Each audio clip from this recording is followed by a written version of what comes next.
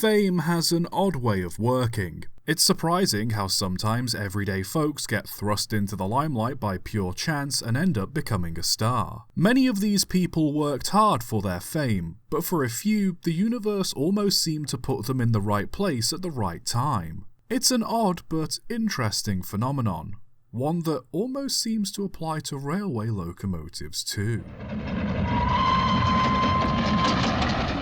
By the 1930s, the Pere Marquette Railroad had established itself as a provider of reliable high-speed railway services. The only issue was their current 282 and 210-2 goods engines were starting to fall behind, and as such, new, faster engines were needed to handle express freight deliveries. The Advisory Mechanical Committee was tasked with designing these new engines, and having previously produced several 284 Berkshire engines for the Wheeling and Lake Erie and Chesapeake and Ohio railroads, they felt that Berkshires were the way to go. Plans were drawn up, and in 1937 the Lima Locomotive Works produced 15 284 engines, fitted with 69-inch driving wheels, Baker valve gear, and a pair of chunky 26 by 34-inch cylinders, with the final 5 of the batch being fitted with boosters. Measuring in at 101 feet 8 inches in length and weighing 359 tons fully loaded, the engines were known as the N-Class, numbered 1201 to 1215, and quickly proved themselves as both quick and powerful freight machines, often running fast freight between Detroit and Chicago. The outbreak of the Second World War led to a significant increase in freight traffic for the PM, and so in 1941, 12 more engines were built to meet demand.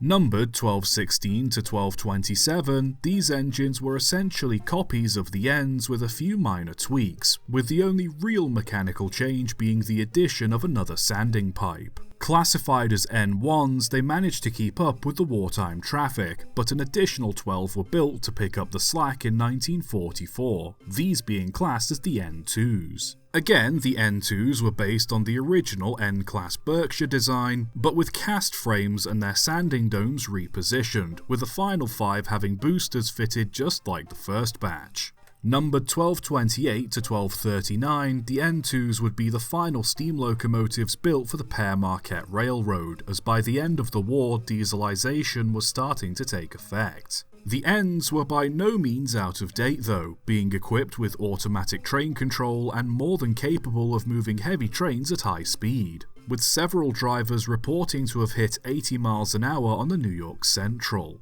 During their careers, all 39 engines had thicker tyres fitted to their wheels, increasing their wheel diameter from 69 to 70 inches, and this slight tweak managed to help them maintain their express speeds. Alas, this wasn't enough to hold off the march of modernisation, and after the Pere Marquette was merged with the Chesapeake and Ohio Railroad in 1947, it wasn't long before they found themselves sitting in sidings awaiting the cutter's torch, with the final engine being withdrawn in 1952. Because the railroad hadn't finished paying off the engines, however, they couldn't be cut up straight away, and so had to remain in storage until the paperwork was sorted. In 1955, Chesapeake and Ohio chairman Cyrus Eaton was trying his hardest to find a home for the engines, and contacted the Michigan State University asking if their engineering department wanted a locomotive to study. The university's president accepted the offer, however, the dean in charge of the engineering department didn't want an obsolete locomotive to study, and so the engine was given to the university's museum instead.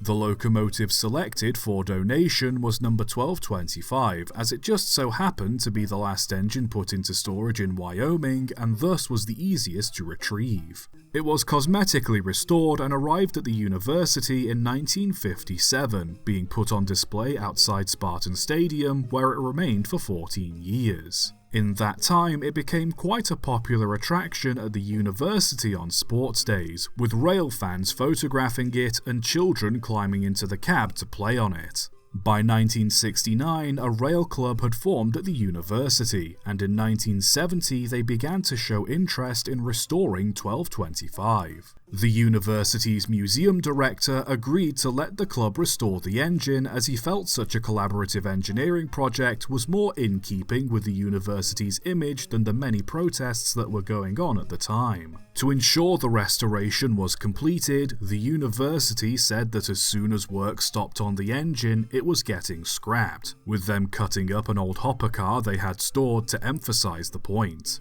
With that, work properly began in 1971, and by 1975 the boiler was in working order. An attempt had been made to use parts from sister engine 1223, which was on display at the State Fairground, to restore 1225, but the request was denied, and so any new parts needed had to be fabricated. By 1977, the Rail Club ran into the issue of finding a home for 1225, as the university was unsure it'd be able to run the locomotive. The Michigan State Trust for Railway Preservation was formed in 1978 to help ensure the engine's safety, and with the Ann Arbor Railroad going bankrupt, its assets were taken over by the state. An agreement was made between the society and the state to lease the former AAR engine shop in Owosso to house 1225, where the final part of its restoration could be carried out. Finally, in 1985, 1225 moved again under its own steam, and has been in and out of service pulling excursions ever since.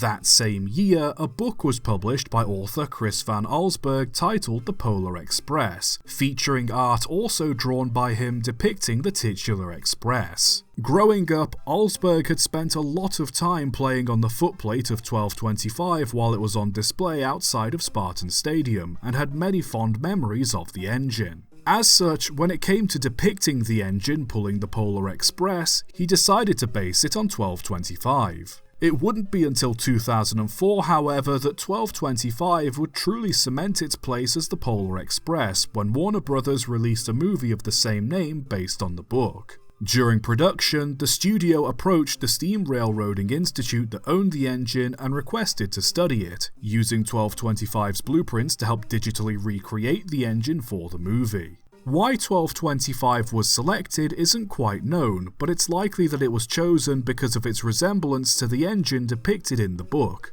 a depiction based on 1225 in the first place. From what I've read, it seems that nobody working on the film knew that the drawings were originally based on 1225, and so the studio choosing it for the movie was pure coincidence. Regardless, when the movie was released in 2004, 1225 quickly became known as the Polar Express engine, an identity that has helped keep it popular for years since, pulling Christmas-themed excursions, further ensuring its survival and preservation. What's fascinating about 1225's story, however, is that its fame as a Christmas icon was entirely up to chance. As I said, the only reason it was taken to Michigan State University was because it was the easiest engine to retrieve from storage. And on top of that, it just so happened to be the engine that inspired an author to feature it in A Christmas Story, which when being adapted into a movie, just happened to be the one selected by the studio to use as the basis of the lead engine. All of this, combined with its number being 1225, this being Christmas Day on the American calendar and something that nobody took into consideration when depicting it pulling a Christmas train, almost makes it feel like this humble freight engine was destined to become the Polar Express.